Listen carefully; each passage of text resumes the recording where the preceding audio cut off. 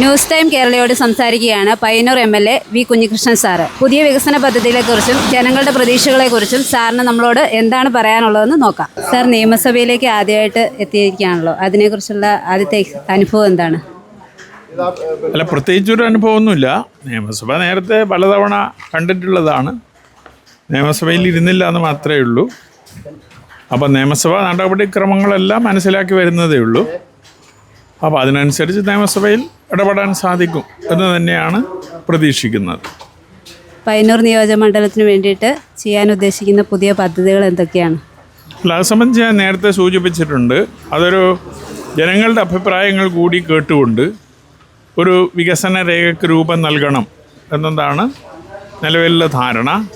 അത് ഈ മാസം തന്നെ ഒരു വികസന സെമിനാർ വിളിച്ചു ചേർത്ത് വ്യക്തികൾ, സംഘടനകൾ, തദ്ദേശ ഭരണാധികാരികൾ ഇവരെയൊക്കെ വിളിച്ച് ഇവരുടെ അഭിപ്രായങ്ങൾ ഉൾപ്പെടെ കേട്ട് ഒരു വികസന രേഖയ്ക്ക് രൂപം നൽകി അതിനെ മുൻഗണന നിശ്ചയിച്ച് നടപ്പാക്കുന്നതിന് വേണ്ടിയുള്ള പ്രവർത്തനങ്ങൾ സംഘടിപ്പിക്കണം എന്നതാണ് ധാരണ. അതിൻ്റെ നടപടികളുമായി ഏറെ വൈകാതെ മുന്നോട്ട് പോകും.